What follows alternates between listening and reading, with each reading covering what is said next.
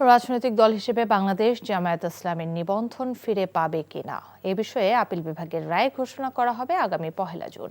রায়ে জামায়াতে ইসলামী নিবন্ধন ফিরে পাবে বলে আশা প্রকাশ করেছেন জামায়াতের আইনজীবী অ্যাডভোকেট মোহাম্মদ শিশির মনির।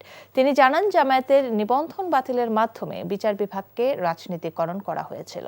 নির্বাচন কমিশন যেন দাঁড়িপাল্লা প্রতীক ফিরিয়ে দেয় এ বিষয়ে আপিল বিভাগ রায়ে পর্যবেক্ষণ দিবে বলেও আশা করেন জামায়াতের এই আইনজীবী।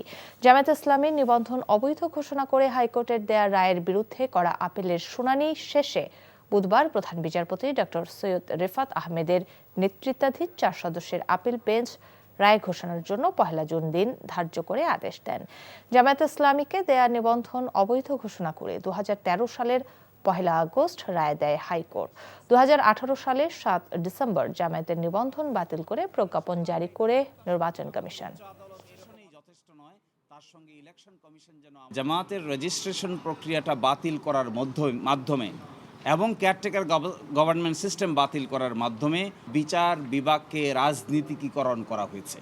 যারা এই নিবন্ধন মামলা শুনানি অন্তে নিবন্ধন বাতিল করেছেন তারা মূলত বাংলাদেশের উচ্চ আদালতকে রাজনৈতিকভাবে ব্যবহার করেছেন। আমরা এক্সপেক্ট করব যে আমাদের এই আর্গুমেন্টের ভিত্তিতে আগামী 1 জুন ইনশাল্লাহ জামায়াত ইসলামী তার নিবন্ধন ফেরত পাবে। বান্ডেল থাকলে প্রতি সেনমানিতে টাকা বাঁচবে। বিকাশ সেনমানি বান্ডেল কিনে জিতুন প্রতি লেনদেনে।